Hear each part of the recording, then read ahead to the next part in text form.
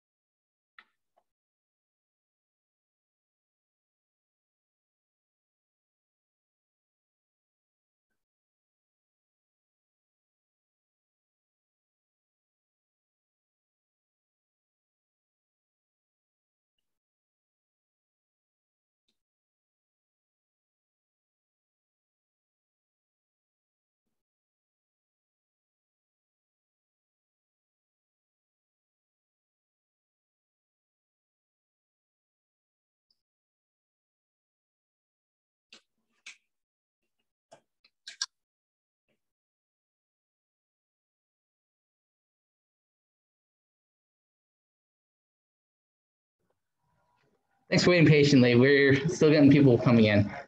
Oh, yeah. Take your time.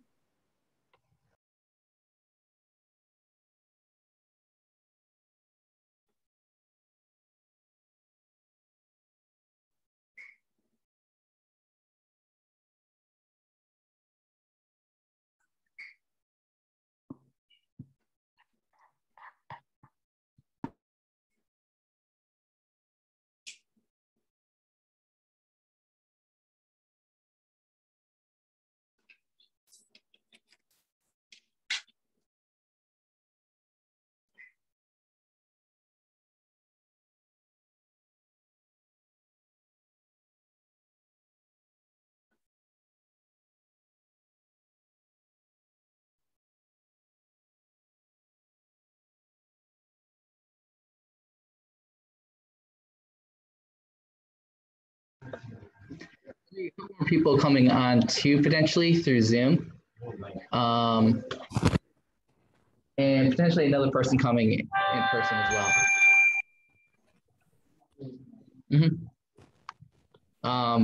We have another section of people coming in over there too, so we're kind of combining sessions here. So that way we have. Like, come on, guys. I had a quick question. Is it possible to have like a bit of an interactive session, or do you want it to be kind of like me presenting? I do want it to be interactive, if you don't mind. Yeah. I want that too. Yeah, I was actually encouraging my students, come prepared with questions, and so that way I can ask you about your own experiences and stuff. If they get stuck in a rut, I prepare like 10 questions myself. So yeah. Cool. And they're already working on some projects right now, right? Yes, most of them are. Okay. I have students coming from my robotics IoT class where they're developing physical products. We might have students coming in, I don't see them yet, from my game design capstone course where they're developing video games and planning to launch on Kickstarter. All right, sounds great. A couple of our instructors here and a few of our other students in the sort of makerspace kind of thing with 3D printing. Awesome, yeah. Okay. I think I have most of the audience that will be here on time. So first of all, thank you for being here, Mrs. Jane. Glad to have you. If you have a presentation, we can start with that. Or if we just want to jump right into like a Q&A session, that's what you prefer, we can do that too. Sure, yeah. I was thinking I could just quickly introduce myself to everyone, and then I would love to learn a little bit more about what everyone's working on. I'd love to kind of hear from you guys. I know you're working on some super cool projects, so just like hear what you're doing. And then I do have a presentation to share. So once I kind of know what you guys are working on, it'd be, I can kind of make the presentation that way. Yeah, sure. Okay. So that sounds pretty good. I'll start with myself here. And just make it fair, we'll introduce everyone in the audience today. We'll start with people here in person, and then we'll have some of the people that are on the call as well. Okay, so first of all, I'm Zach. I lead a lot of the classes here. I'm a senior instructor. I dabble in a lot of different technologies between artificial intelligence, 3D printing, coding, game design. I dabble in all sorts of different things to help teach these guys. I'm gonna bring it straight over to Sophie first, since she's right here. Yeah, set up. I'm Sophie Cherniak. I'm in Robotics. You guys speak up a little bit. I'm Sophie Cherniak. I'm in Robotics 501, and I am. What are you building? Oh, and we are building a product similar to Alexa or Google. That's so cool. So is it like exactly same as Alexa, or like does it have like voice recognition in it? Yeah, we want to make it a little different. Like we kind of want to make it so it's like a little figure that's like collectibles. So there's multiple, Oh, yeah, and they both have their own like characteristics, which I think is nice. And then we also like inputted a lot of games in it. So that's awesome. Are you thinking of that's like for high schoolers? Are you thinking it's for like younger kids? Oh, that's the product. Yeah, it's a little dino. I don't know. Might not. I really like it. Yeah, it's cute. Yeah, it's cute. Is it like, so you said that like it interacts with you. If you like ask it a question, can it reply? Yes, it should be able to. And then I'm planning on having like different voices for each one if we like continue to expand this, but we want to start off with one, obviously. Awesome. Yeah, super cool. All right. I'm gonna go straight to my next student as well. Randy, you want to come up? My name is Brandon Eschman, and I'm currently working on a virtual reality project. Okay, can you tell me a little bit more about it? Is it like a game? Is it like a interactive thing? It's a game, and so far, like it's supposed to be like, I don't know how I would describe it. I can help a little bit. So it's both a game and it's also a VR social media platform as well. It's designed to be run right in a web page.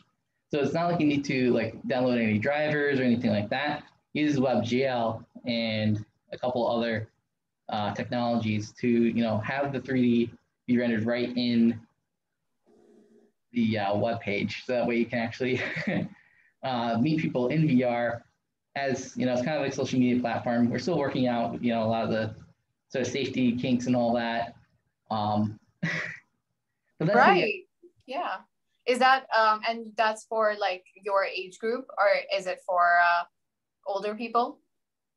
I suppose older people would be able to use it, but it's mainly going to be for an audience around our age. That's awesome. Yeah. Great to learn. Yeah, I'd love to learn about it more afterwards, but cool. All right. Thank you, Brandon. You want to talk a little bit about what you're making over there? Sure. Yeah, technically he's not my student. He's the student from the other class. Okay. So my name is Donovan Jackson, and I'm in 3D printing, and I'm working on like a vehicle. I'm not really sure what I'm trying to brainstorm on things, what to make. So. Okay, you have like a couple of different ideas right now, and you're in the process of like selecting which one's the best. Yeah. Okay, cool. Anything you're leaning towards? Well, I'm not really sure. Okay, all right. Awesome, nice to meet you. Thank you. All right, we have a couple of our interns and other teachers here as well. If you want to meet them. Sure. Come on, Dominic. Dominic has questions for you too. All right. My name is Dominic Jacques. Currently, I'm training with 3D printing so I can teach it later on. And also, I'm working with programming materials. Right now, I'm kind of in the development phase. I'm internalizing any information that I feel like would be applicable in the future. So that's basically why I'm here, to gathering as much information and input as I can from people. That's awesome. Yeah. Nice to meet you. Nice to meet you as well.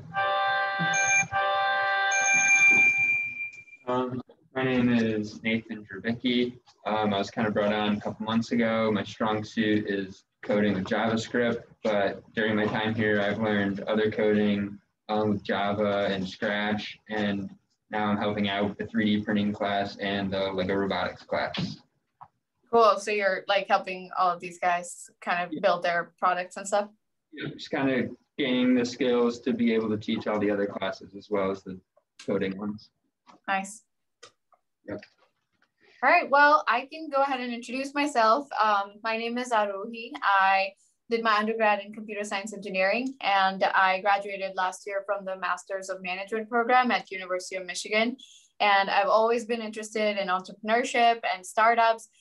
Not when I was in high school, like I had no idea what I wanted to do when I was in high school, but when I went to college and I started working with on a couple of courses, I kind of realized that I want to build something that potentially helps a lot of people. And that's kind of how I got into startups. And then when last year, I was trying to figure out a better solution for air pollution. And, right now I see all of you guys are wearing masks, and we've been wearing masks for like the pandemic since the past year. And I actually started working on developing a better mask before the pandemic, because a lot of countries like Japan, India, where I'm from, and China, and some of the others, people were wearing masks because of air pollution problems. So that's kind of what I started working on. And I launched my product on Kickstarter about 7 months ago. And it was a really cool experience. And I would love to share more about it. So I have yeah. Yeah, I was going to say thank you. We also have a couple people here, Edward and Amber, right. Class too.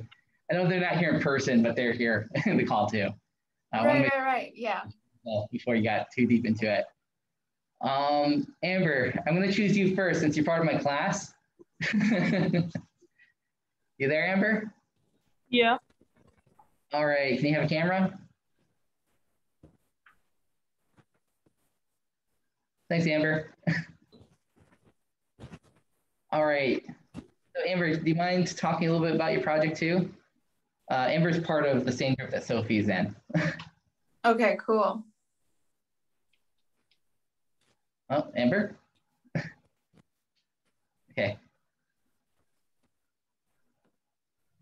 All right, Amber sometimes gets a little bit nervous. Edward, do you want to introduce yourself? Sure. All right. Hello, I'm Edward Raskin. I've been a teacher at Accelerate Kid for almost 2 years now. I advanced mostly in the coding track, but I'm really here to expand more with robotics and 3D printing and other classes too.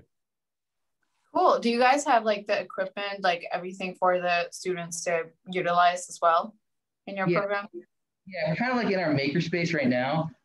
We have all sorts of things, computers. I teach FLL as the coach, so our table's over there. In the room over to our side, we have about like 5 different 3D printers. Right. And we have other gadgetry too along the walls and stuff. So we do provide a lot of that kind of resources for our students as well. Cool. All right. And Eric, he's our last member. Hi, I'm Eric. And I'm saying this. Are you working on any projects right now? Kind of. We've been working, just some 3D printing projects for my class actually going on right now, but I actually ended up missing. I was not here last week because I was getting my second dose of the vaccine, but I mean, they all, actually, it's me good. All right. Okay, that's good. Awesome. Okay. All right, and I also wanted to ask, so do these guys all know about Kickstarter? Like, how much do they know about the platform? So I'm not like kind of explaining the basics if they already know what it is. I think I kind of know it. It's like a place where you can promote your like different things, like you raise money. Right. Yep. My students as well, they've seen bits and pieces of Kickstarter as well. I've shown that to them like in person. I had them try building out their own sort of sample project as well on Kickstarter. We haven't launched it live or anything, but we've seen bits and pieces of it and tried our hand at it a little bit ourselves.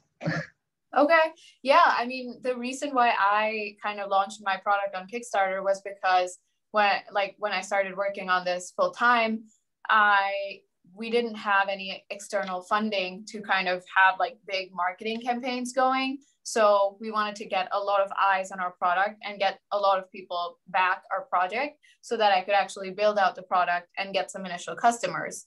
So, I mean, all of you guys seem to be working on these really cool, tangible, physical products. And even for the virtual reality game, like these are like great for Kickstarter. Like the community on there really, really likes these type of things. And especially if they see like high school students coming up with such innovative stuff, I think you would get a lot of people who are backing your projects, giving comments and kind of appreciating or giving critical feedback about it. So having said that, I can share a little bit more. So I am working on my project, which I call BreezeBubble. I'll just share the full screen. So as I mentioned, I started working on it to solve the pollution problem in my hometown. You know, like in India for about 6 months in a year, air quality is really, really bad. And I saw it affecting my family. Like my dad loves running marathons and he stopped doing that because of the air pollution outside. So I wanted to develop a more breathable, a comfortable solution for it. The problems that we saw with the current problems with, I'm sure you all are familiar with today, is that most masks were uncomfortable, restrictive, difficult to breathe through, fog up glasses, and didn't provide effective protection. So this is a picture of the product that we eventually developed. This is the BreezeBubble mask, and we launched it on Kickstarter. So a brief about Kickstarter, it's a crowdfunding platform. That means that a lot of people on there are going to come to your project and fund it. It has a huge community of people who are interested in 3D model projects, in virtual reality, in gaming, in consumer products, etc. And I would highly recommend it for you entrepreneurs who are looking to launch your products into the real world. So as part of BreezeBubble, we raised $52,000 from over 650 backers in 45 days. And there were a lot of lessons I learned during these 45 days in the process of launching a Kickstarter. And I wanted to share with you some strategies that might help you build your Kickstarter campaign even better. So lesson one is to make a really attractive campaign page. So as you mentioned, like you already kind of went through the Kickstarter page, but I wanted to show you mine. So it usually includes a video over here. Make sure to make the video really product specific, but also tell your story. Tell why you were interested in making that. What problem were you solving? On the side, there are these rewards that you can give. So a person could come in and pledge $35 for one mask, $60 for another mask. And this is the place where the backers can come and fund your project. And then there's this description section, and everybody really likes to kind of read your story and read all the things that are pertaining to your project. So like we have a really, really long description page as well. And I would encourage you guys to make that before you launch. And then the lesson two was what did I do before the launch? So just putting it on the platform is one thing, but before that, we also created a lot of email lists, like maybe friends, family members, people who you know who are interested in your games, maybe people who've tried it out, kind of creating a list of their names, their emails, so that you can tell them and notify them on the day of the launch really helps. And the third part is a little bit difficult, but if you set your funding goal, for example, at $5,000 and you cross it within the first 48 hours, within the first 2 days, that has usually proved to be very beneficial for the rest of the campaign. Because when other people see that you got fully funded in 2 days, they're more likely to fund your campaign as well. And then as the campaign run for us in the 45 days, we marketed the campaign in these 4 areas.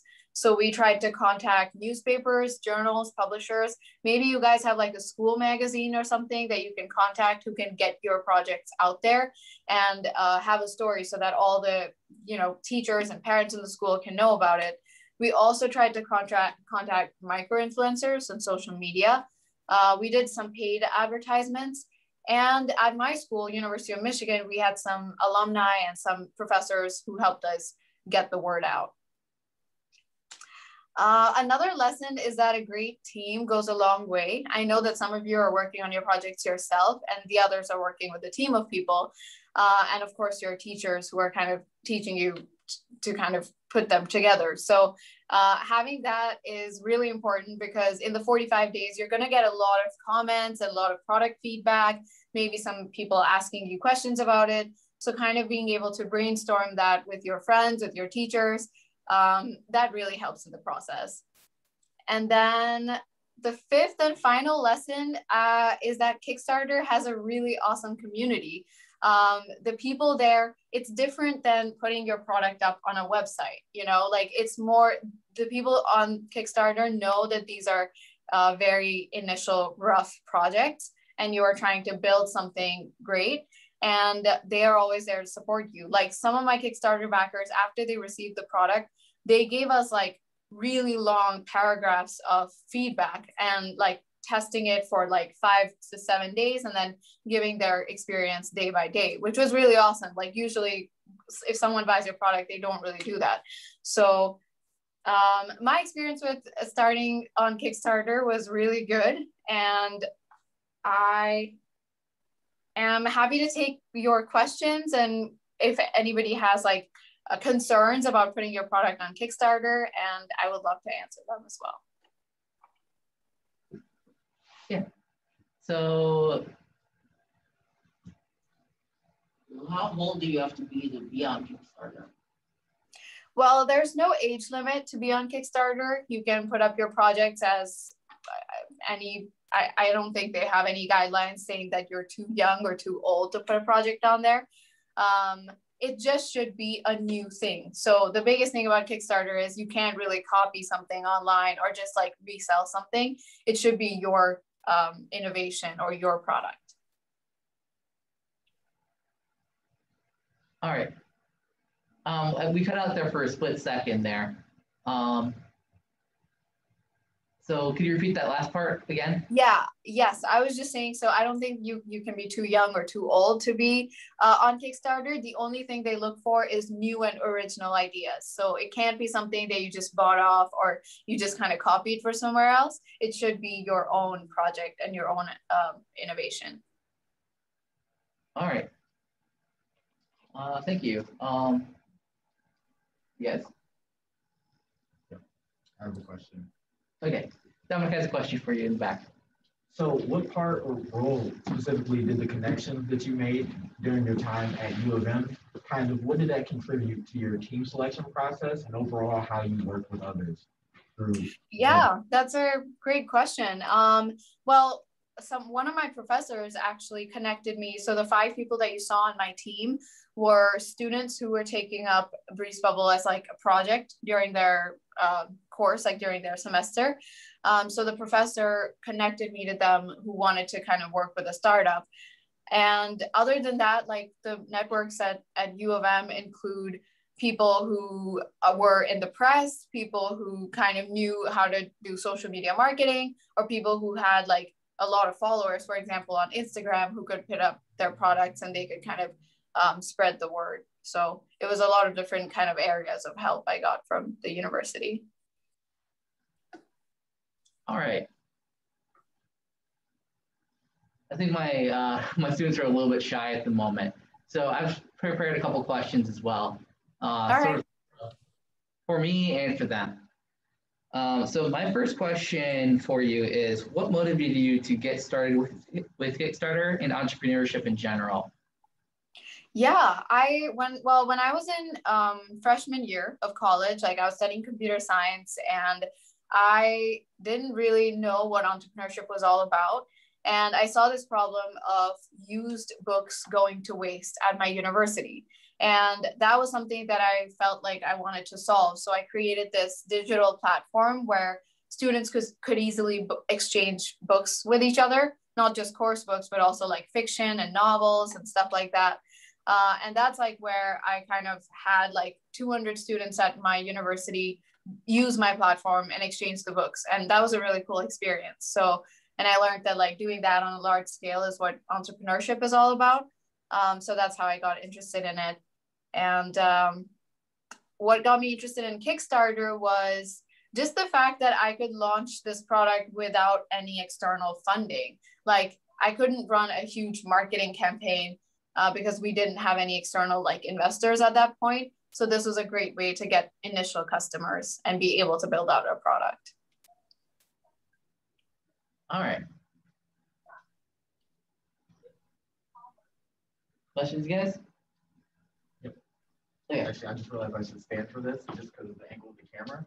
Another thing, what was the mental aspect, right? Like, what did you notice internally, right? The workflow that you had to, what kind of things did you have to put together for this process to work?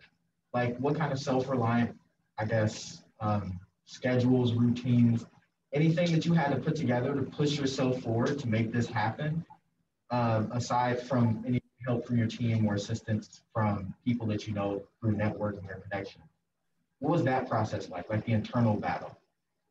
Oh yeah, definitely. I mean, I started preparing for the campaign or preparing for Kickstarter like 2 months before I actually launched it. And the preparation looked like everything from working on the marketing, like the Kickstarter video itself, creating great shots of the product, thinking through all the value propositions of the product, building the campaign, building the rewards, and then also just like a lot of research online to figure out what are the best strategies to market a Kickstarter campaign, which is how we came up with the 4 things that I mentioned earlier, which was like reaching out to articles and having a press release, doing sponsored ads on like Facebook, and also building our social media channels and stuff.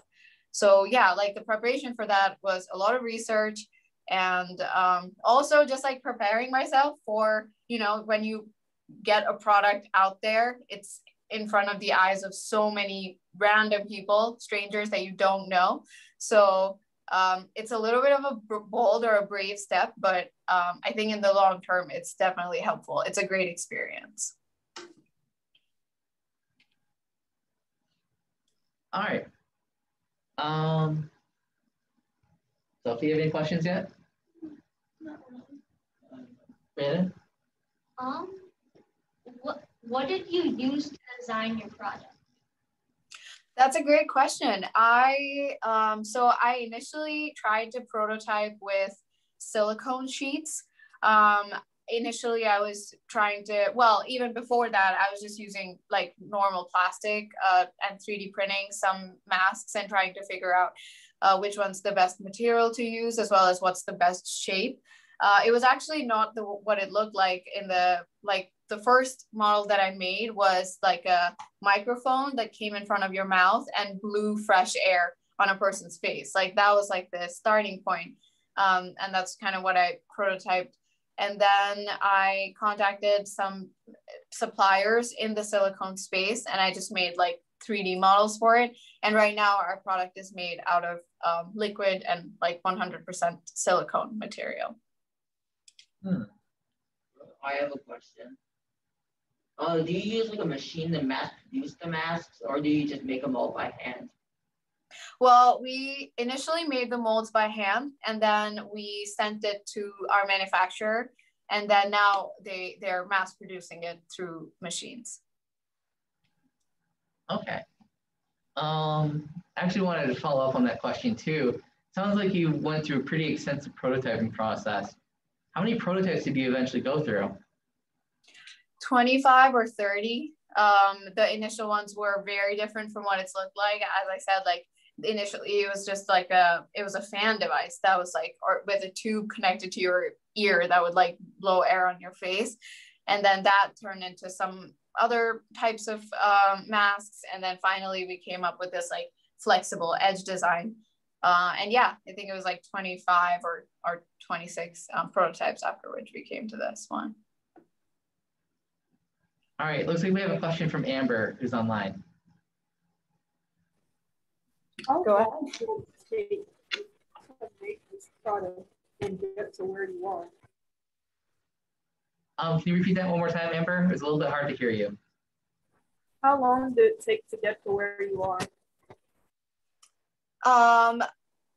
Well, I started working on the idea itself in October 2019, and I launched the Kickstarter in September 2020.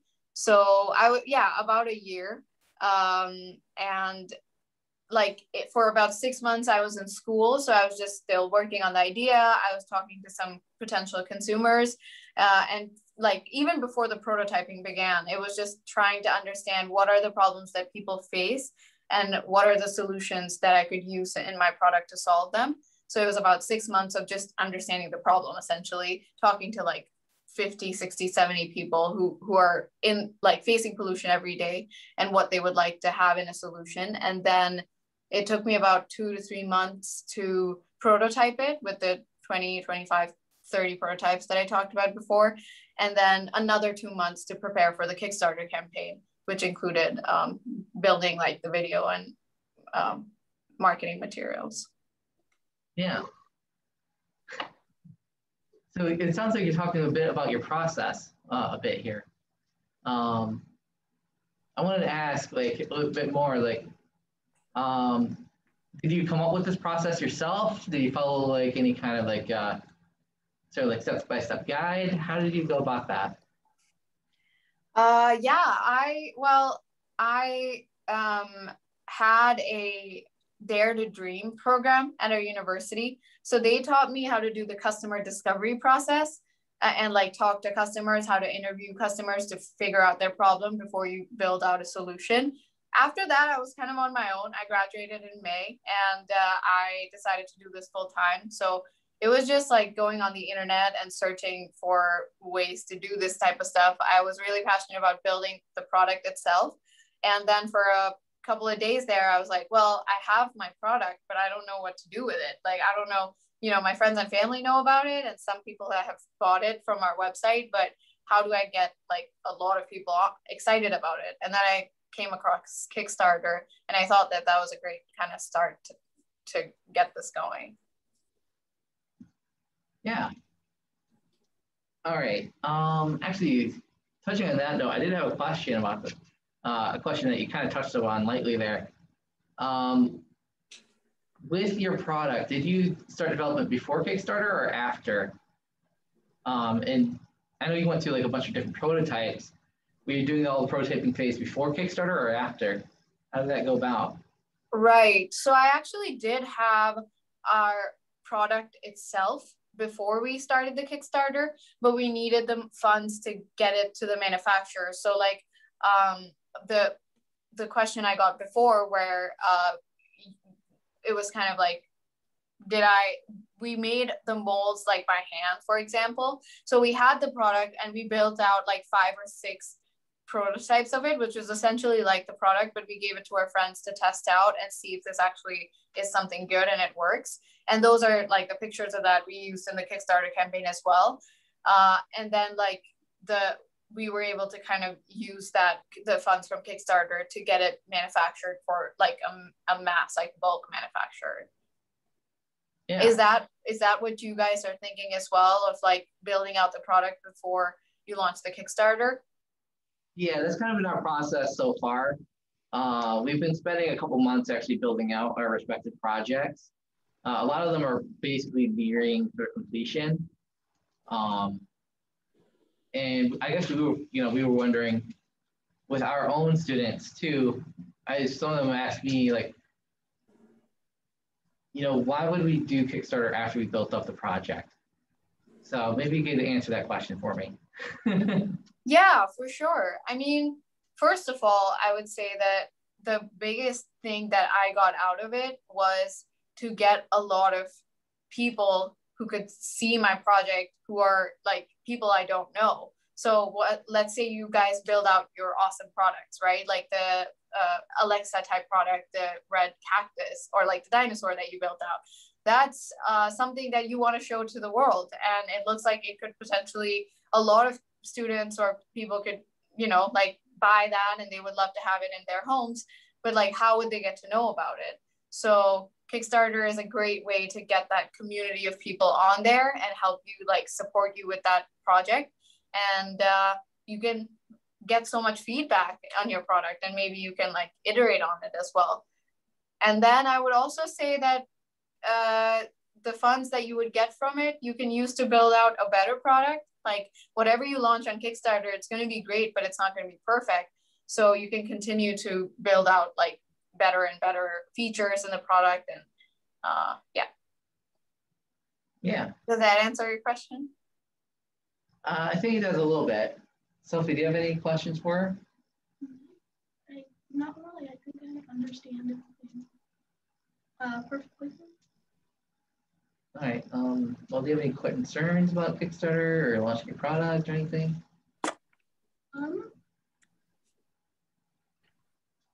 Are you feeling excited about launching your product on Kickstarter, or are you feeling like anxious and nervous about it?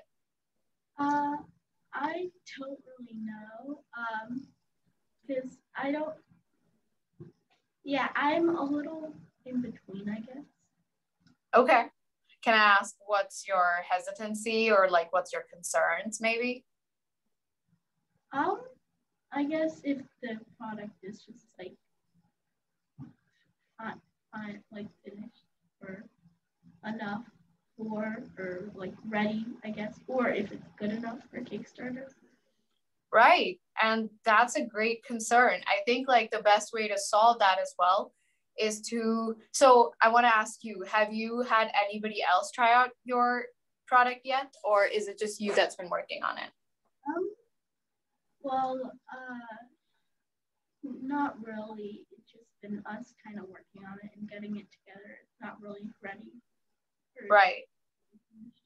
Yeah, I mean, even if it has one feature right now, and that's the great thing about Kickstarter, because nobody is expecting you to have like the perfect product out there. Like Apple isn't coming out with their iPhone on Kickstarter. They're coming out with it on their platform, right? It's more people who are like you and me, who are like entrepreneurs, who are designers, engineers, who are still in the process of building something. And so even if your product right now has like one or two features that you think are usable, let's say if you can ask it a question, hey, what's your name? And it replies by saying something. Amber said, imagine if Apple made it to Kickstarter. That would be pretty great. Yeah, so even if you have one or two features in your product right now, I would recommend that you go and kind of have like your friends try it out, or maybe your parents try it out. Like have other people who've never seen it or worked on it before, just try it out and see what feedback they give you. And that might give you confidence. If let's say they say that it's a really bad product, then maybe you need to improve some features. But maybe they say like, this is really cool, I would actually use it. And then you would kind of know that. And if you have like 5 or 6 people saying that this is actually something they like, then I would say it's worth putting it on Kickstarter.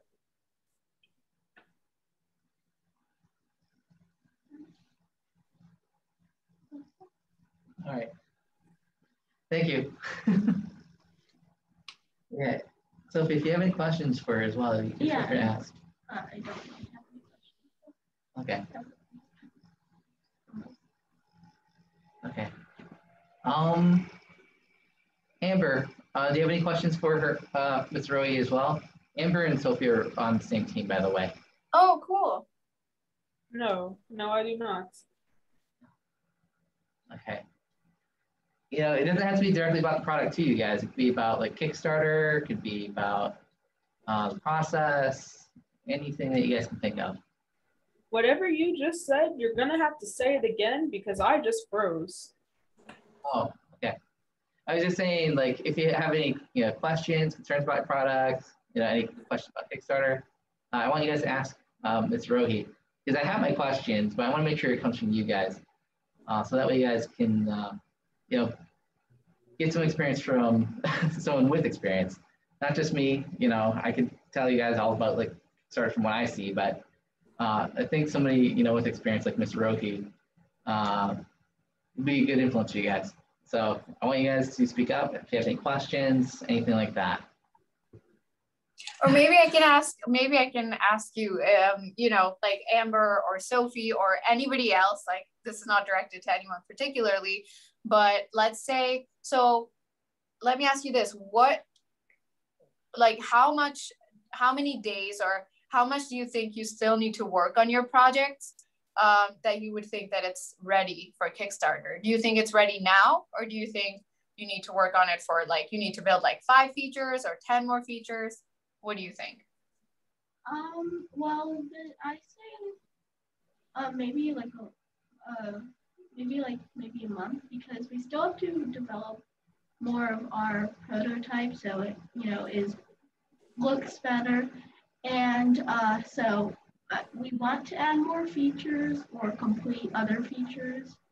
I definitely think there aren't enough, so maybe around a month or so. Okay. And right now, is the product usable at all, or? Well, we not really, because we don't have an actual model to work on. Everything is still kind of online and on computer of what we have developed.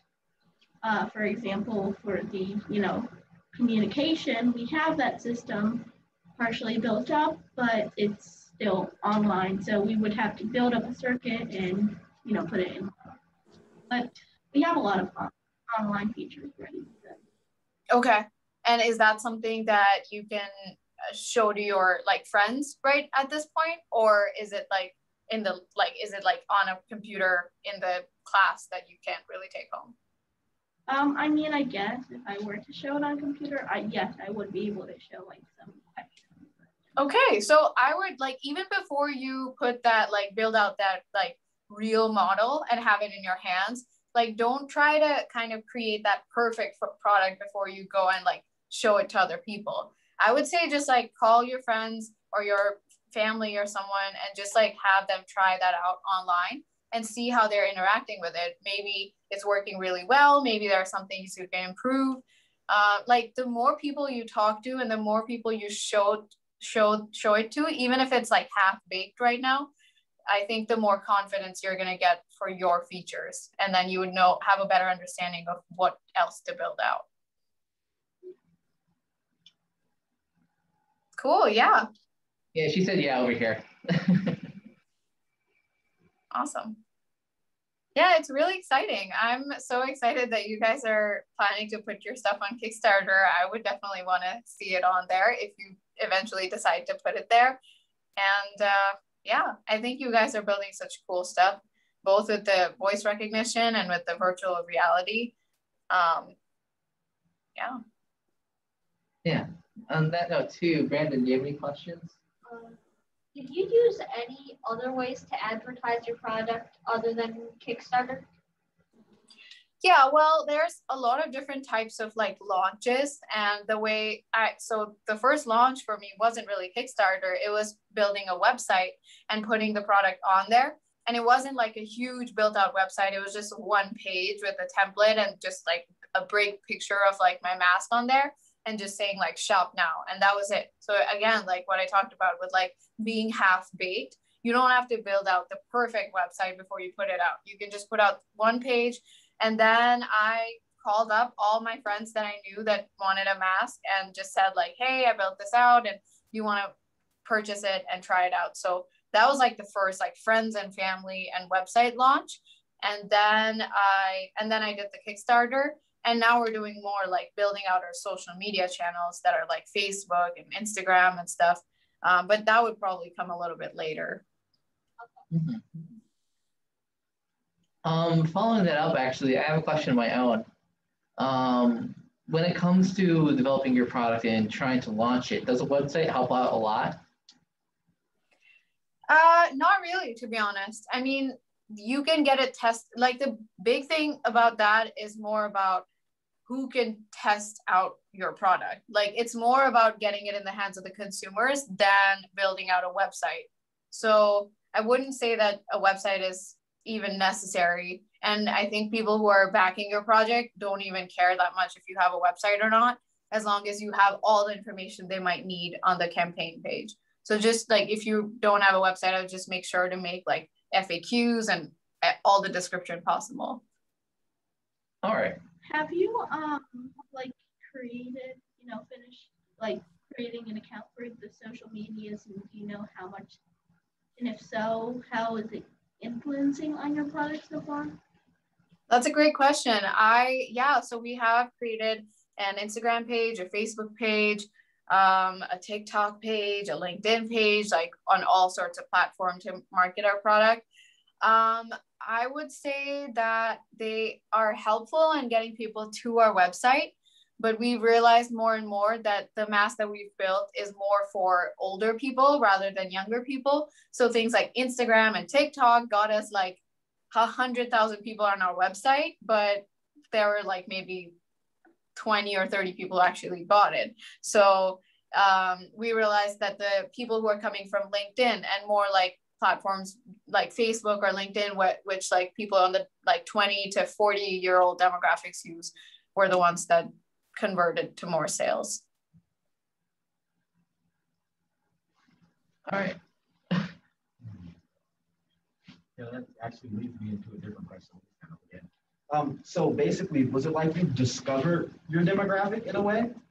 Or because what part of it, did you have a set demographic that you thought would be purchasing your product, and then did you slowly discover your audience? Was that how that worked?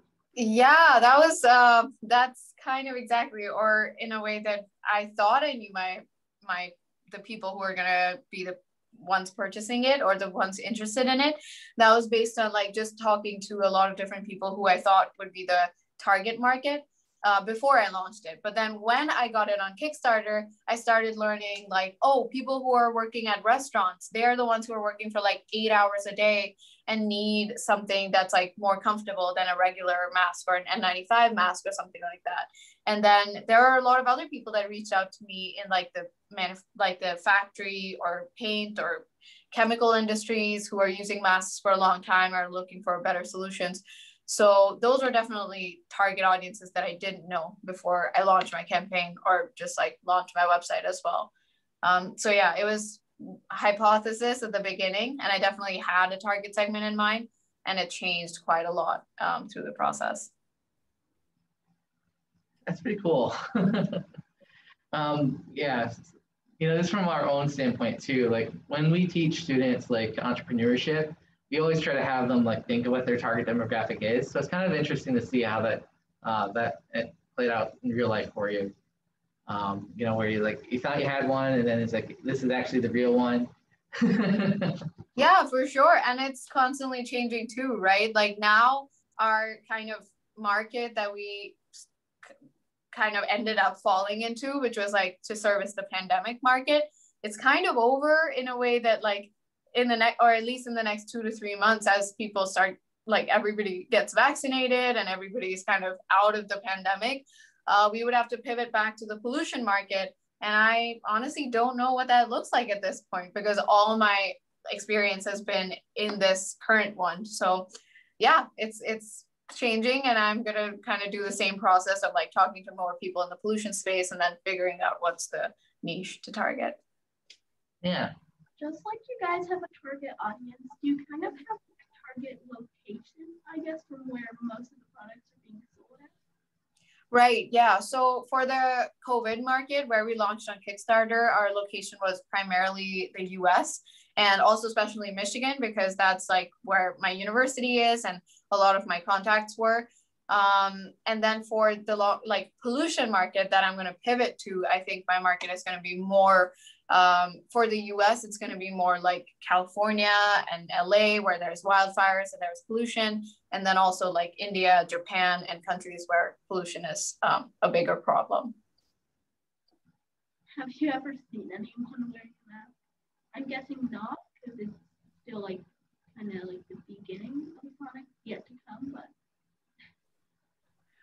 I want to understand the question better. So are you asking if I've seen a person wear a mask for pollution or my mask? Your mask. Yeah, I actually, I had a Zoom call with someone where they were on a judging panel. So I was doing this pitch competition. And when I introduced my product and I was like, let's go into the Q&A, one of the judges actually had the mask on them and they were like, oh, I already use your product. And I was like, oh my gosh, that's a crazy coincidence. So yeah, and like a couple of my friends who bought the mask definitely like wear it with me.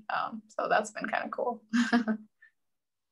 It's really cool to, I mean, that's the thing. I'm so excited for you guys to get your stuff out there as well. Like when you see another person that's like a stranger using the thing that you built yourself, that's such a cool experience. It's like, you know, like something that you thought of, something that you've been working on for so long, and you see that it's actually helping someone else, even if it's like just for fun or whatever. Yeah. You have anything else, Sophie? Let's keep another question. Okay. Geez, I had a question myself. Blanking on it. You guys have any questions in the meantime? No. I'll ask one.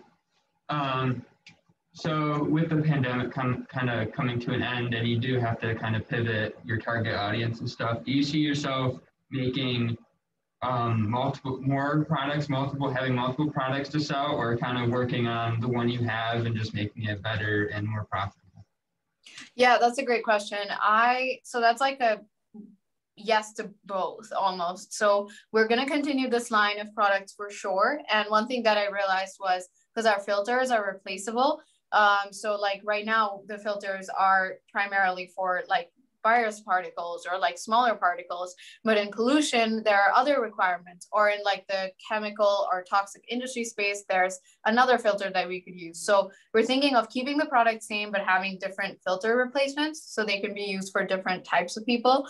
And then we're also working on building out a more high-tech mask that would have like fan components in it, and it would sense the user's breathing patterns and tell you whether the filters need to be replaced or the mask needs to be recharged. So that would be our second product in the second version. All right. I remember my original question. All right, go ahead. So this is more of like a sort of like a thinking ahead kind of thing. How do you find the partners that you pair up with for developing and mass producing your products?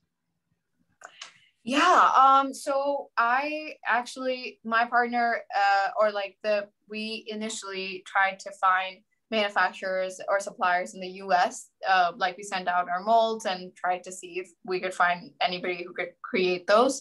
And most of them cost a lot of money. And then I started emailing manufacturers in China, and we started building a relationship with them as they kind of tested out some samples on their end. That was also kind of a long process because it's not like you can just send your model out to any manufacturer out there. So you kind of need to have these conversations.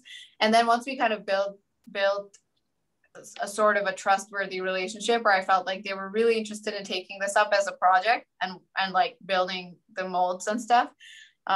Since then we've been working with them, and they have been mass producing the masks.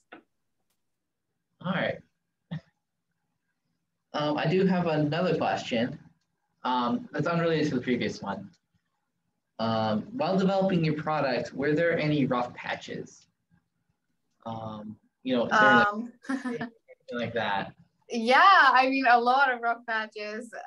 And I mean, these are challenges I'm sure like you guys are also facing as you're building out your stuff. It's like you try out something, it doesn't work. There's bugs in your program or something, and you constantly have to make that better.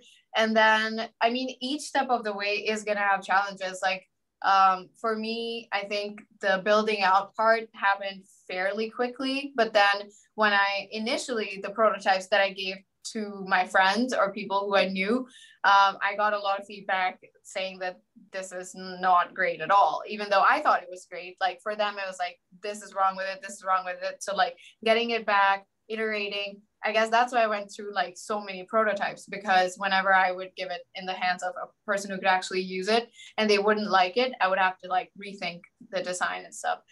So that was a challenging process, but I think it eventually led to a better solution than I had before. And then launching on Kickstarter, I mean, it was a cool experience. Again, like there's challenges where once the campaign is over, everybody kind of wants the product to be there like as soon as possible. And you kind of need to build that out. We took some time. Like one of our batches was like the silicone quality wasn't good enough. So I had like 500 masks in my apartment that were not usable. And then I was kind of in a frenzy of like, what should I do? So then we sent them back out. And yeah, so I mean, a lot of different small challenges and moving parts. But overall, it was a great experience. Yeah. It does sound like you hit a couple rough patches here and there. I mean, with my own students too, they've had bugs, issues with their code, things like that. With my class, we combine both like the physical product and the digital stuff too. So we've ran into our own rough patches here and there. Do you have any advice for them when they, are feeling stuck or anything like that? Yeah, I mean, I would say that first of all, like, I think you guys have so many great teachers here who are there to help you, like, whenever you need. So don't kind of be concerned or nervous to ask for their help. I'm sure you guys can connect them to so many other resources, or, people who can help them out with the code or the programs. And then, yeah, I mean, just kind of keep iterating on it and keep trying. Like, even when, let's say, it doesn't turn out to be as great as you thought, like, you can always work on it and make it better. So, and I mean, all of their ideas or all of your ideas seem so cool. I think it's definitely going to turn out to be like really good products at the end of it. I think so too. Yeah. Okay. Do you guys have any other questions? Because I mean, I still have my whole list. I think. Here. I want to let these guys have the floor for a moment. Brandon. How many people, like, what was the ratio of people that like left a positive review and a negative review about it? Yeah.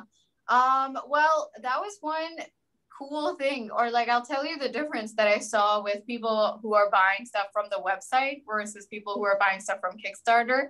So Kickstarter has one like public comments section, and then there's private messages that you can send, that people can send you. So on Kickstarter, most of the people who were in public comments, they like gassed the product up. They were like, oh my gosh, this is really great, and like, congratulations to you. And like, I got some really good stuff on the public comments.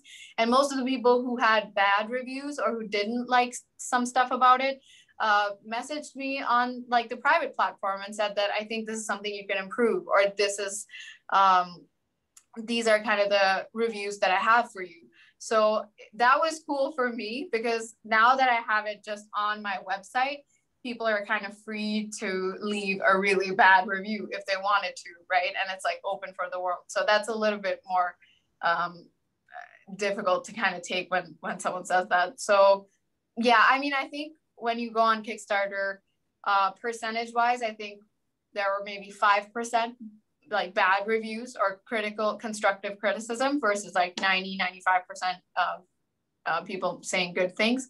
But yeah, I think the Kickstarter community is good in that way, where they kind of respect your process, and they know that it's still rough and that you're still developing it, and they're going to be nice enough to just like privately message you and tell you about it.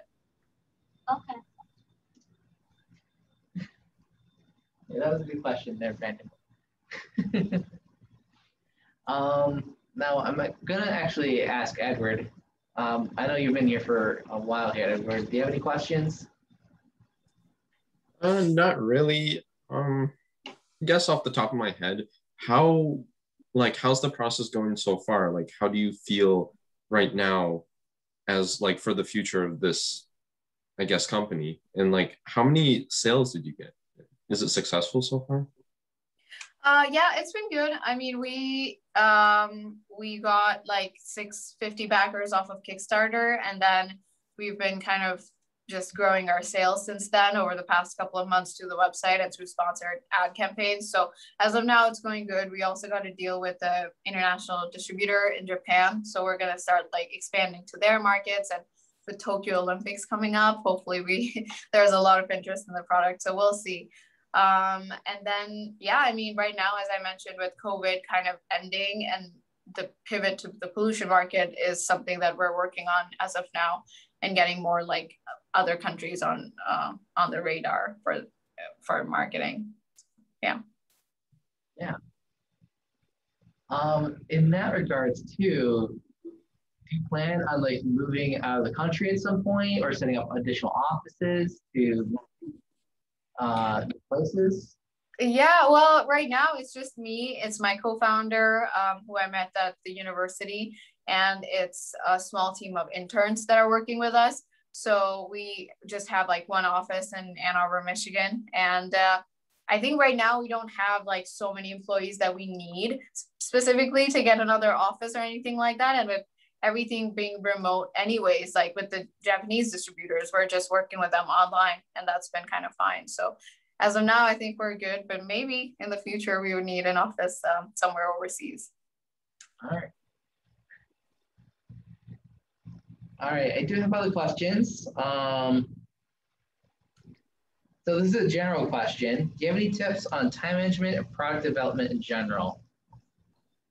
I really like to timetable or like schedule. So for me, like, and doing a product is not just about like building out the features, but as I mentioned, it's a reiterative process of talking to potential friends or consumers, getting their feedback, reiterating, getting it tested, reiterating. So there's a lot of moving parts. And then if you're also working on building the Kickstarter campaign, that has its own things with like building out a video, a messaging, like the text or description. So I would suggest like spending most of your time on developing the product itself and speaking with consumers and getting their feedback.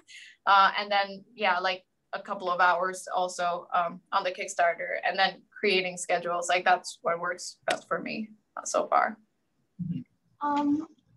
When, if so, if you're going to, when are you planning to take Kickstarter down if you're going to eventually, or are you planning to keep it up this whole time while having your business? The Kickstarter campaign? Yeah. So the campaign itself has already ended. It ended it ran for 45 days from October till November. And then, because there's like the maximum time you can run it for is 60 days. I ran it for 45 because I think it's recommended to run it for not that long. After like 45, 50 days, you don't really get that much more people on there. And then Kickstarter kind of creates a page, so you're always going to be there, but nobody can come and back your project on there, but you can link it to a website or something like that where they can go and buy it or like get more information on it. So yeah, the page is still there, but it's not like active. All right. I have a question. It's a bit of a loaded question though, so I'm just gonna try to explain this in this way. Okay, so basically I've noticed that business communication is very action oriented, right? And I've noticed that when you're communicating with people, you have to give a certain image and represent yourself a certain way. So how do you have any tips or information based like anything that you learned through your networking or communication with other business potential business partners, or just businesses in general, entrepreneurs? How have you developed or crafted that entrepreneurial image? And if so, have you felt it kind of develop as a persona and shift your normal non-working personality? So if I understand your question correctly, you're kind of trying to gauge like how do you project yourself as an entrepreneur when you're talking to people or trying to build relationships? Yes. Yeah, I mean, I've never taken that or thought about it that way. Like, and especially because I was a recent graduate, like whoever I spoke with, I always introduced myself as a recent graduate of the University of Michigan. And, or like when I was working as a student, I would just say, well, I'm a student working on a project and I would really appreciate your help on this. And surprisingly, like most people are really helpful and they kind of want to help you build out whatever you're building out. So that's kind of been how I've usually presented it. And now that we kind of have this like startup running and going and like getting more people in our team, we've started to like just gain more communication skills, I guess, and understand like how do you introduce yourself or how do you kind of talk to someone when you're in a meeting, when you want to get a partnership going, and just be a little bit more professional than saying like I'm a student. Yet if you want to have like a partner come on board or sign a deal with someone or something. So yeah, I would say it's a process, but you can probably just start at like asking for help, and then people and then continue the conversation from there. Did I answer your question? Yep, thank you. Okay. All right. Yeah, I still have more questions. You guys have any questions though before I do anything? Okay. All right. Let's see.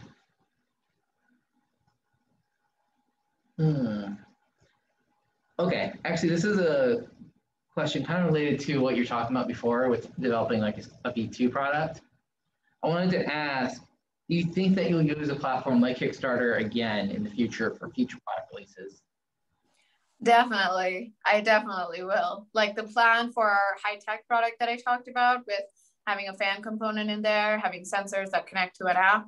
I think Kickstarter is just like the best place to launch that because as I talked about with the community, they're always interested in something that's more innovative, something that's new.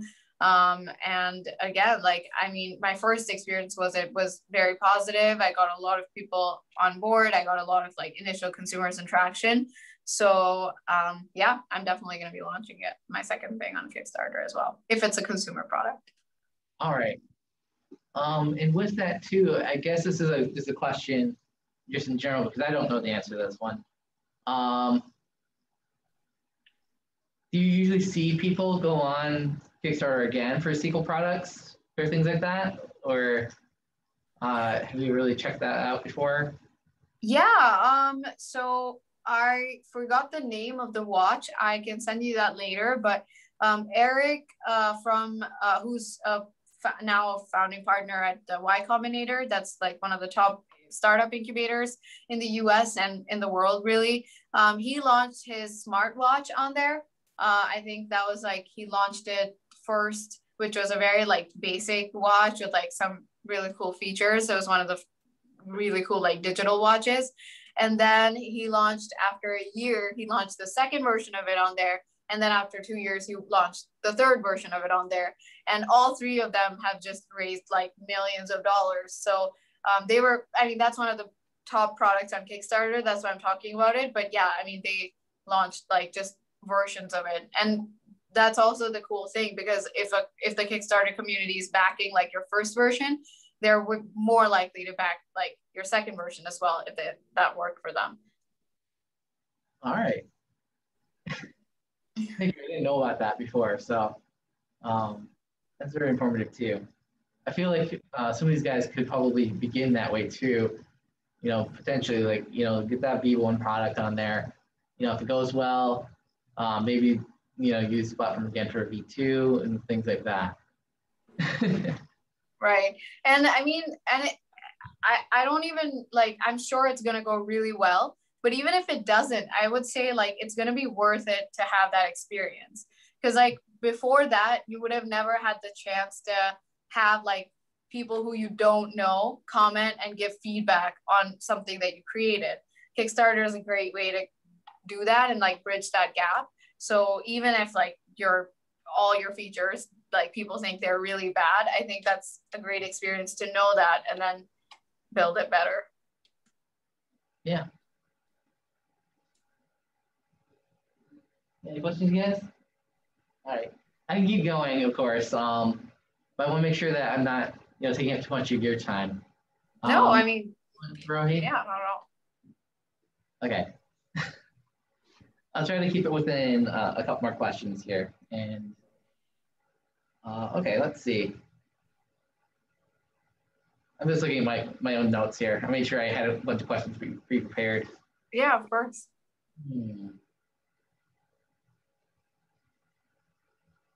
Okay.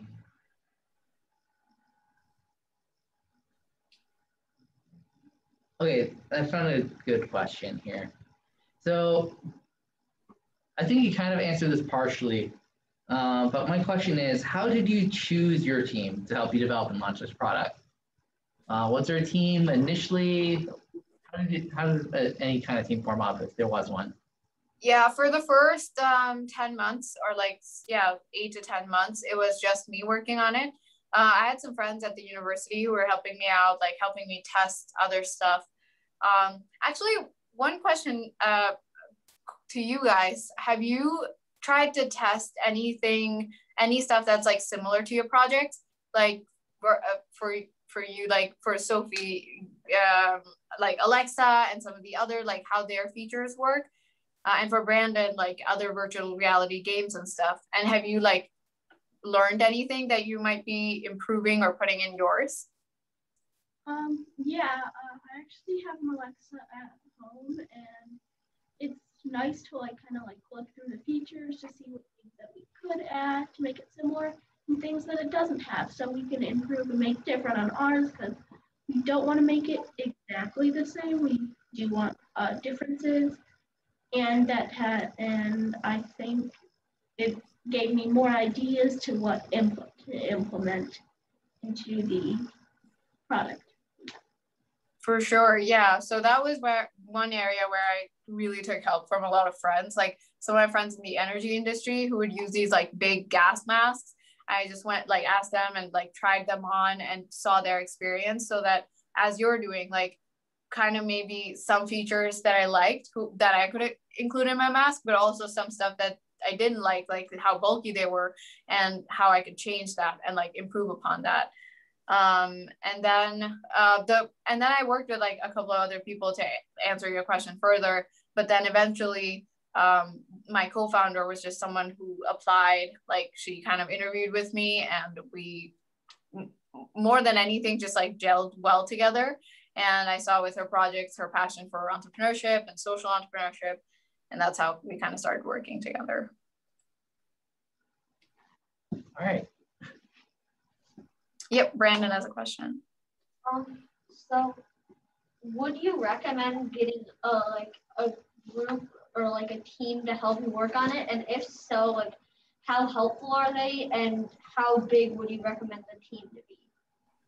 I would definitely recommend a team. I would definitely recommend working with 2 or 3 friends. It doesn't have to be a huge team. Sometimes a huge team could be counterintuitive because there might be too many ideas, and you eventually want to build out something quicker than like going through each and every person's opinions, right?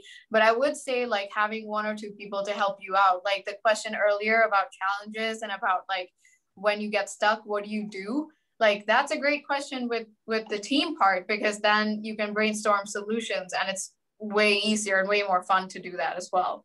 Are you working on it alone right now, or are you working with friends? I have a teammate that's working on it, but he's not here. Okay, cool. So is that like, do you find it helpful to have someone on the team who can kind of share the work and you can like bounce ideas off of? Yeah. All right. Yeah, unfortunately, yeah, the person he's talking about, David, he's out on a trip out of state right now, which okay. Is that. But he was excited to be here too, I believe.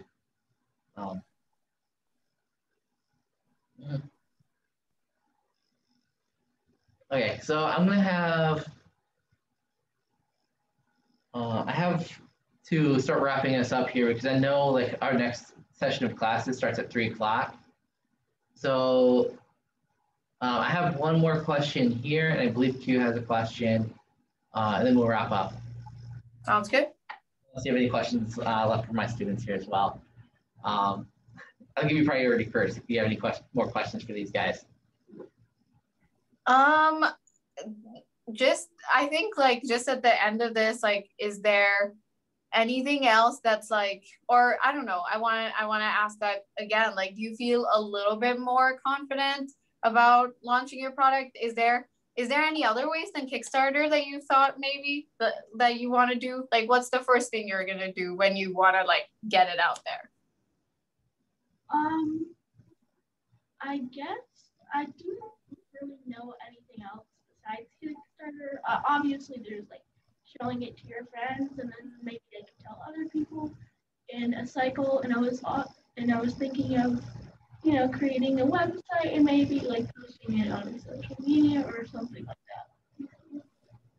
Yeah, I think creating a website as well is a great way to go. It's like you're definitely gonna have to have your friends come on there and have like social media so that like people know to come to your website. And that's a little bit more difficult to market, but like just having maybe a page or two there that has information about your stuff and has like a video on there or something. I think that could be super helpful for sure. All right. Brandon, do you have any questions? Okay. All right. So I guess my final question, and then I'm going to give it to Q here. Actually, this is one that I was wondering about because I think these guys might have a question similar to this too. They might not be thinking about it right now, but I think they would have this question in the future. Has there been any major changes in your life after launching this project? Like anything related to like how your schedule is on a daily basis or anything like that?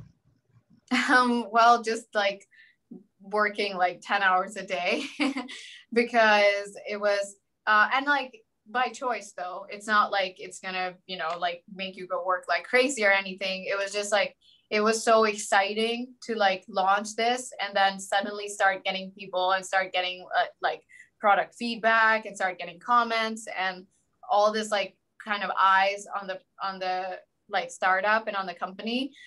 It was really cool to do that, but then that like increased the range of like activities or work to do in each area, right? Like, so if we talked about maybe building out a website, maybe building out like a social media channel, testing it out with friends, and then building like the Kickstarter page, those are, each of them are going to take a lot of time.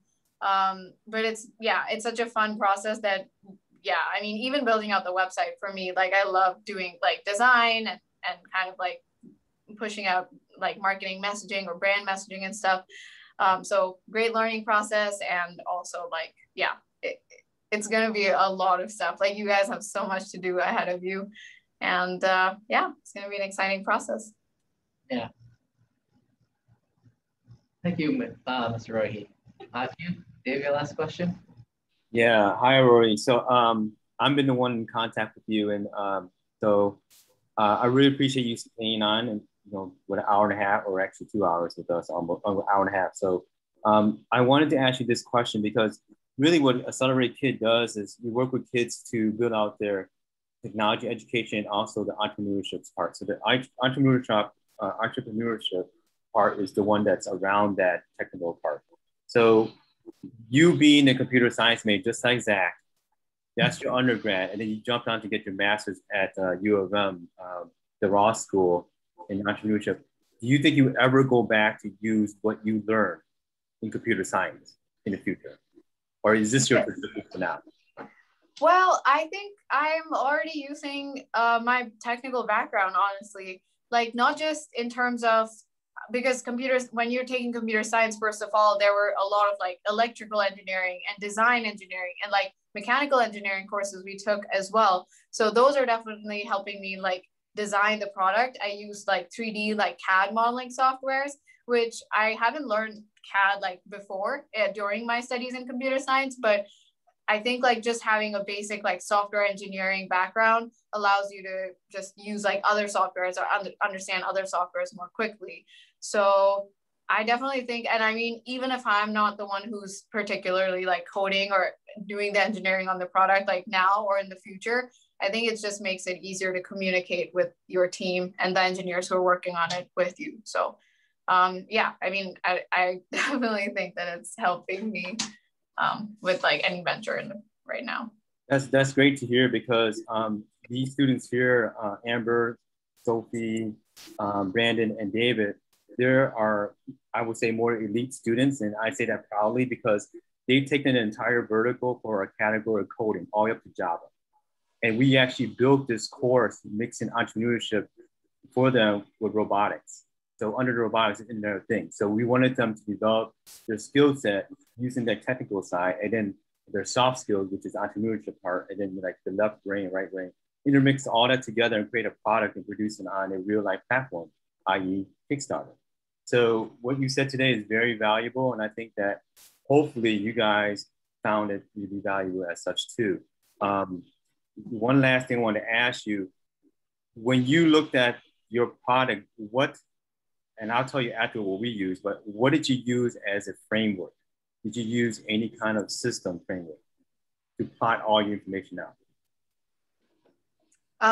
Not really, honestly. Oh. I mean, I mean, are you asking like in terms of the workflows or in terms of like the prototype itself? More like a snapshot overview of your product from key partnerships, value proposition, all that, like i.e. a lean canvas or business canvas. Yeah, we did use it. Yeah, we do have a business model canvas that we used. And like in our pitch deck, we have that as like one of our last slides because it gives a good overview of everything. It's like a good summary of like all aspects of the business. Yeah, we use the business model canvas. Yeah, that's just something we teach our students here is a lean canvas version.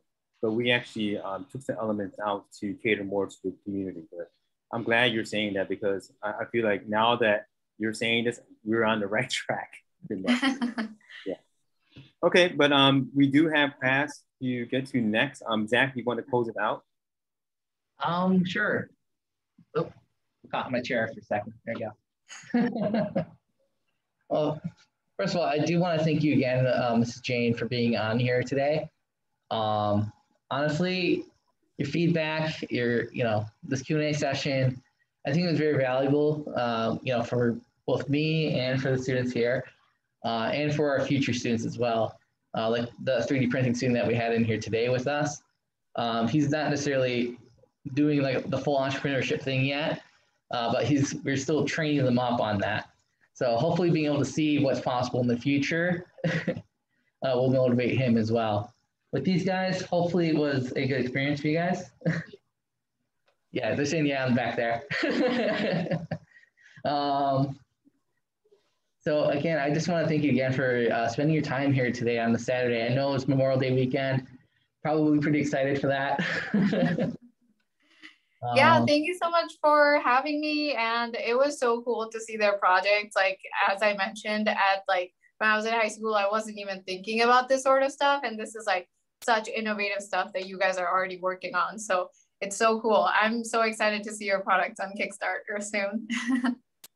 Thank you. Rohi, I wanted to invite you. We have a session day / demo day. I'll send you out the information. It's going to be in July if you can attend. I would love to. Yeah. I would love to support. Great. Okay. Thank you so much, Zach. All right. And thank you again, Mrs. Jane. We're going to wrap it up here. I do have to start rearranging the room again because we have robotics students coming in right at 3. And I socially separated everybody. So I got Yep. All right. Awesome. And organizing. So thank you again, Mrs. Jane. All right. Great meeting you guys. Bye. Bye. Bye, guys.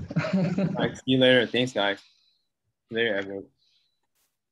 All right. Technically, my my students here, Amber, you should stay on. Organizing us to be on you for longer. So Amber, stay on. Edward. See you later. Bye. I'll see you later. See you later, Edward. Okay, stay on, Amber.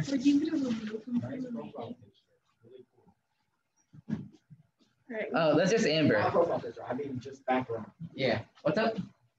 What do I do? Oh yeah, you're teaching some quite a bit. Yeah. And again, what we're doing today, it was supposed to be a 3-hour session. Brandon, I know that was your dad's. That's why I don't know how to table back What? there. You let them know it's supposed to be a 3-hour session today? Did you let your parents know? No. Okay, I emailed you guys a couple times already. I did. Several times.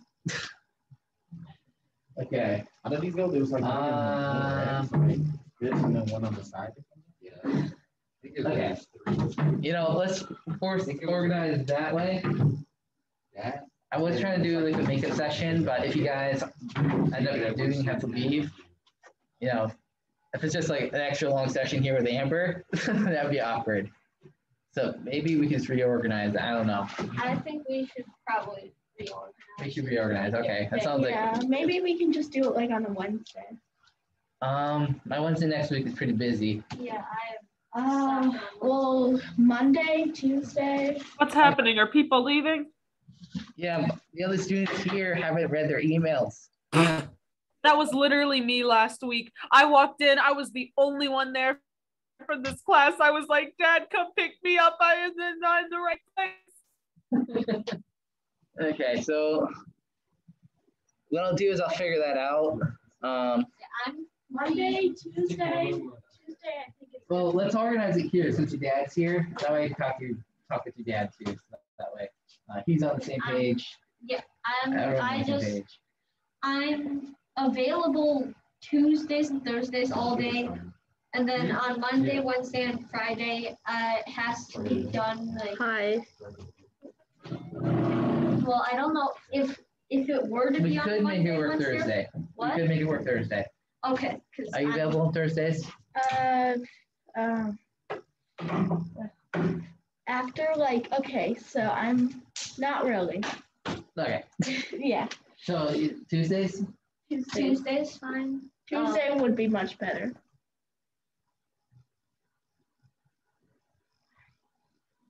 That should work. I'm just all right. calculating schedules. All right, yeah. Okay. Calculating. Calculating. I'll let my dad know that it'll be on Tuesday. Yeah, Tuesday. I'll let you guys know. Amber.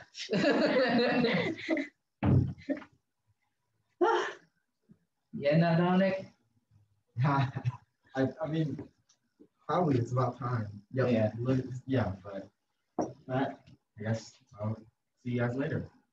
I'm still confused about the week before last week. What happened there? Like I said, it was a hackathon. That was a hackathon day. I sent it out ages ago. Oh no, but last week was the hackathon. Hackathon, yes. What it about is. the week before last week? Week before last week. What was going on? I had a cold, so I was gonna stay online. But what happened? Yeah, we were in person. Oh, all right. Did you get my email of me having a cold? I think I got it post. Brandon, I think that was the same thing. You said. I You don't said know you if couldn't be soccer, there. yeah, Yeah. because of soccer games interfering with time. Mhm. Because I couldn't drive out here. Yeah. Yeah, do soccer. Yeah, I get it. But yeah, you gotta figure out your products. I know with you guys, you gotta probably crank it up a little bit. Yeah, definitely. Thanks again, by the way. Oh, I didn't get to do anything today. That's right, but was the meeting there helpful for you at all? I mean, kind of. I mean, I don't really do Kickstarter, so I don't know. Yeah, but that could be something that you do in the future. Like this was for a 501 class. I know you're in 301 right now, so I wanted to be, part of the reason why you're on today is because I wanted to sort of show you what the future could hold if you get going with maybe manufacturing or coding or anything. Oh, that's at the 501 level. I don't mean to sound rude or anything, but you have a lot of questions. I'm just saying. Oh, it was more so that we had the reason why I had a lot of questions is to sort of fill in time a little bit. So I didn't know what we were gonna do. Yeah, me neither. I thought we were just gonna go 3D print. yeah, so Yeah. first of all, I did let you guys know by email too that there was a speaker today. So Yeah, I knew there was a speaker, but I didn't know it would take the whole class. Because like when I was going, because my mom was at my little brother's soccer game, so when I went to drop off something for my little brother, she said that there would be a guest speaker today. And then when my dad, like when we got here and I was leaving the car, my dad said that there's going to be a guest speaker today. So I knew there was going to be one, I just didn't know it would take. Yeah. yeah. Well, when we have a guest speaker on, we usually want them to. I knew there was. Yeah, I knew there was a It's gonna guest be speaker, longer. but I didn't know when it was gonna be. Yeah. This today, and with the questions thing, yeah, is because I wanted to ask, a bunch of questions. You guys might not have thought of them right at the moment, but they want to be relevant for you guys, at some point, whether that's like in the future, what do we do for like the manufacturing for a tiny dino? Yeah, I Because honestly we can't just keep using the 3D printer for the tiny dino, right? I honestly didn't know that we would kickstart Tiny Dino in the first place. I thought it was just like a product we would make for ourselves to take. So we have to do some modifications a little bit. I know. I was talking with Amber. She was making a V2 appearance for this guy. Oh, that was smoother. You should talk with her again because she already made pieces as far as I saw. All right. She might have been already putting it together. But do we get our own copy if we launch it on Kickstarter? Yeah, of course. I mean, it'd be super silly if you don't have your own version of the product. And because like your own personal version is what you bring out for demoing. When you go speak. Maybe in the future you'd be like, hey, this is something I made when I was 14? No. 13? Barely. No, 12. 12, okay. I'm turning 13 in July. So. Yeah, the same thing here. I'm going to be 14 in like a week and a half. Congrats. I wasn't supposed to be in this class. I'm in 7th grade. Well, your mom was interested in it, which is why you're in the class. So I know. You are supposed to be here in this class. Yeah, I'm eligible to be in this class, but technically. The age limit is a recommendation, not a law. All right, true. All right, so what I'll do is I'll try to help you guys figure that out, that time schedule. I'll send out an email. You guys have to look at the email, okay? I swear to God. I'll look at the email. Look at the email. I need to make sure I get the notification. Email, you guys. I also send it to your parents too, so make sure your parents don't look up the email, okay? All right. Also, I have a question. I know, it's like Memorial Day. It's exciting. You're on vacation, but you gotta let her know. Vacation at my house, yes. I'm not going anywhere probably, but it's still a fun day. Yeah. You said you had a question. Yeah. For summertime, is Super Mario Bros. Gonna be back for summer camp? Very important question. Had to know the answer. I have no clue what you're talking about. You know the Super Mario games? Oh, you mean the Wii U? Yeah, Wii U. Yeah, it's over there still. It's over in the corner. Oh. Yeah, we would be definitely bringing that out. All right, I was gonna say. I'll probably, actually, if I'm here for camps and stuff, I'll probably bring my Switch. That way the place is a little bit more modern. Yeah. I was gonna say because it was a big concern that. Yeah. Yeah, I have like Mario Kart 8. That'd be good. I don't know. I just play Mario Kart. It's fun. Ever played Mario Kart 8? What? Yeah.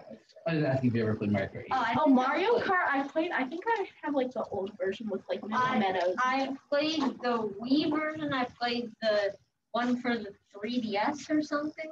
Yeah. The DS one, and then the one for Wii U. And so I've played a lot of different Mario Karts. Yeah. The Wii U version is Mario Kart 8. It's just not the version. Yeah, I usually play the Wii version, and I also have the Nintendo DS thing that I stole from my sister. It's old, but it's still amazing. Yeah. All right. Well, let's wrap up the meeting here today. I know Why are you talking to no one? I'm not gonna be talking to no one for a second Oh, here. I thought you were talking to Actually, someone on Zoom. Yeah, I gotta actually move. So now Eric has his space here.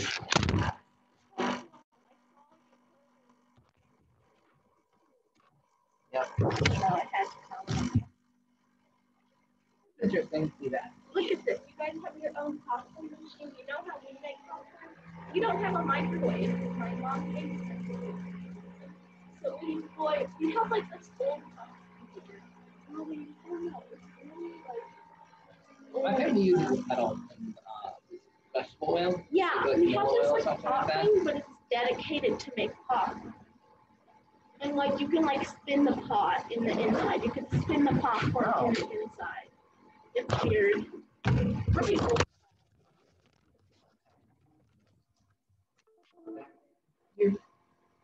All right, so Brandon, I know your dad's here. Look up by the email, Brandon. Alright, and my mom is like, Okay. Have a good weekend, you guys. Happy Memorial Day. That's the rock model. You can put that anywhere. There's no space. I'll be over here. Yeah, that's really fast. Yep. So, all right. First of all, thank you for being there. Yep. For the meeting today. He just wanted me to let you know too. Just you gotta make sure you look at your calendar. Okay. Because that's how you'll know if you're supposed to be here in person today or not. So technically you weren't scheduled for today. Okay. But he set you up anyway. So like he saw that you're on, so he gave you the hours, post. Okay. But make sure you look at it beforehand. I wasn't. Yeah, in the future though, you're gonna be leading your own classes. Yeah. So. Okay. Yeah, I've been seeing the emails for those. Mm-hmm. Yeah. So eventually you'll be leading your own classes, so you won't be shadowing Eric. Yeah. Got it. Anymore. Yeah, that's just the one thing I want to